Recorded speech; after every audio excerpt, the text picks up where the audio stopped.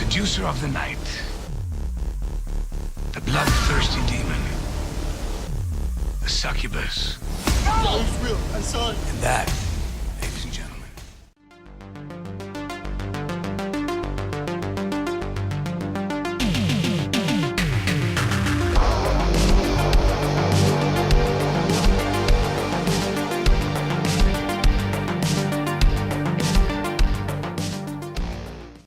we are talking about the religious horror movie But Deliver Us From Evil, written and directed by Joshua Coates. And this movie isn't to be confused with the Eric Bana movie Deliver Us From Evil, completely different film.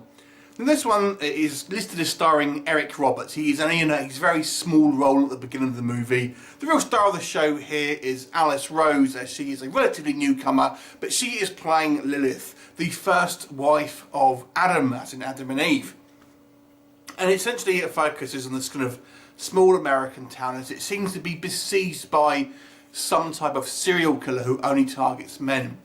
Now we know as the audience that the killer is actually the supernatural entity Lilith, played by Rose, and she's killing a swath through men basically because she wants to wreak vengeance upon mankind through her slight at the hand of God, obviously, at creation.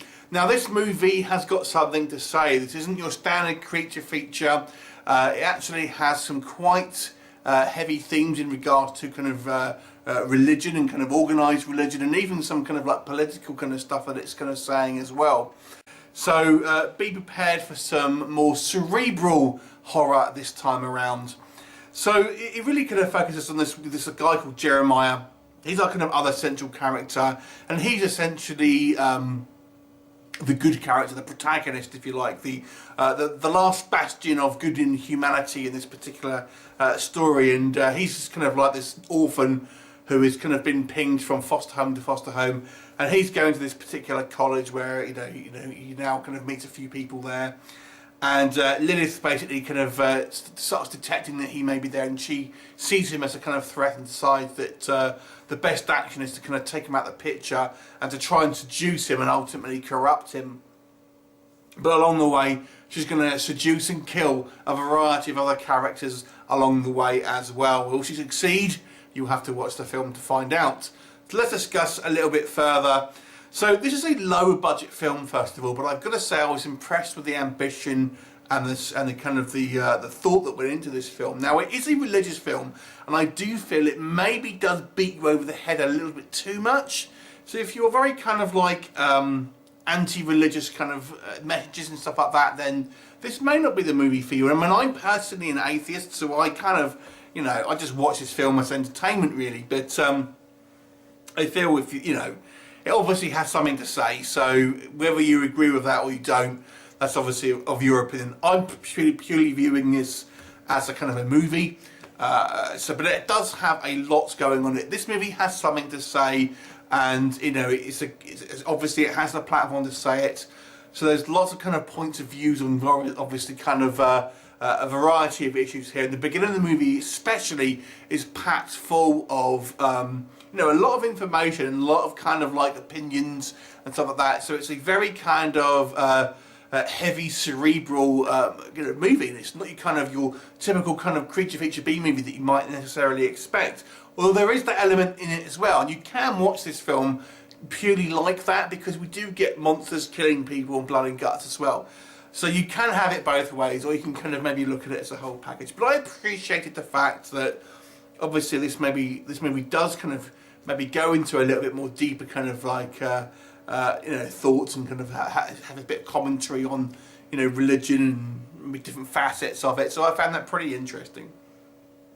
So that the actual plot here kept me engaged ultimately, and you never really knew where it was going. And it was interesting being an atheist. It's kind of like I find it interesting watching from an outside perspective, so to speak.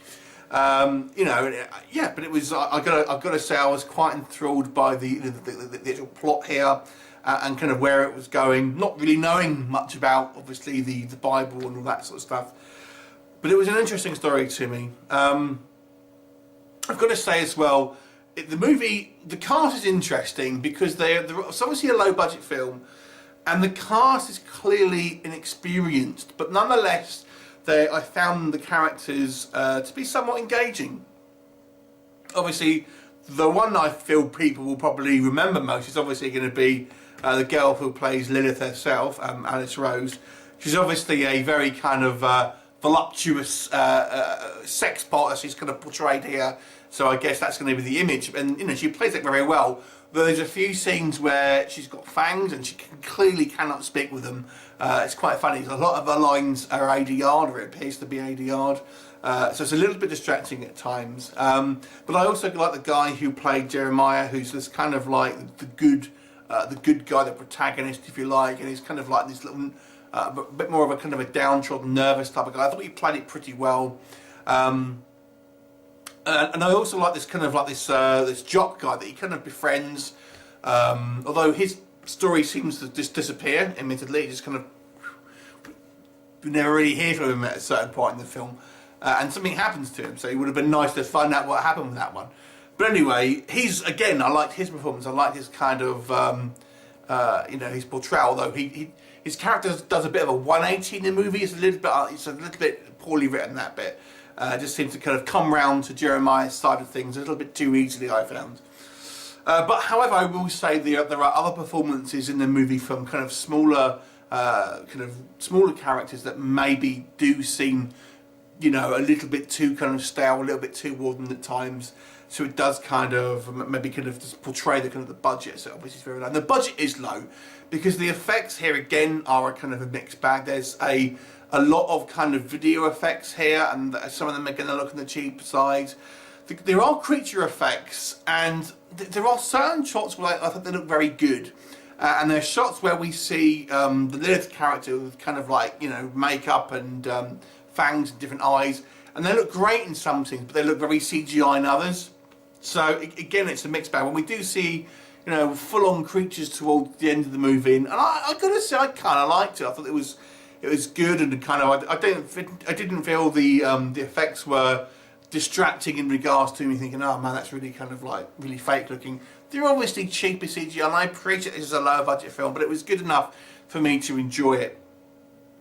I will say I feel the movie tries to be a little bit arty in places and goes a little bit too far in places, and it's just like, oh, we'll have these kind of trippy video effects to show that it's a daydream and things like that, and it's okay, dial it back just a tad, because I just feel kind of getting a bit carried away with these kind of like these different kind of like lenses and things like that, and filters to try and kind of give you this kind of weird arty feel and stuff like that, and jumping around in the timeline.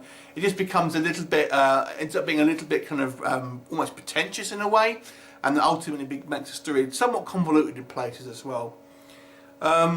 But I've got to say, I thought the characters of the main characters were intriguing.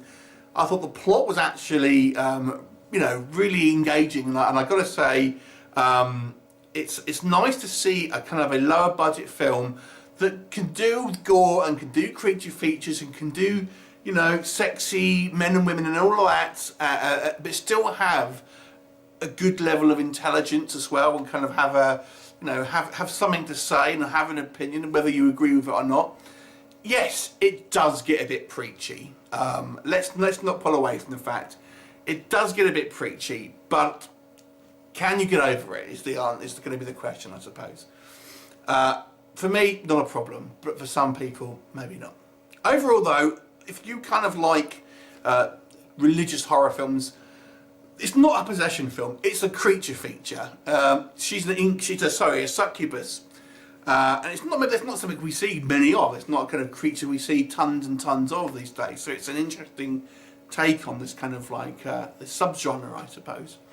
I actually really enjoyed this film. I'd definitely recommend it. I thought it was well made and done incredibly well for obviously the low budget that it's got. It does fall short on some kind of things, but I feel a lot of that is to do with the budget and maybe just the kind of the inexperience of the people involved here. But the talent is definitely there, and I feel you know, more of this is going to just only improve. I've got to say. So I'm going to give this movie a 7 out of 10. I was pretty impressed with this film.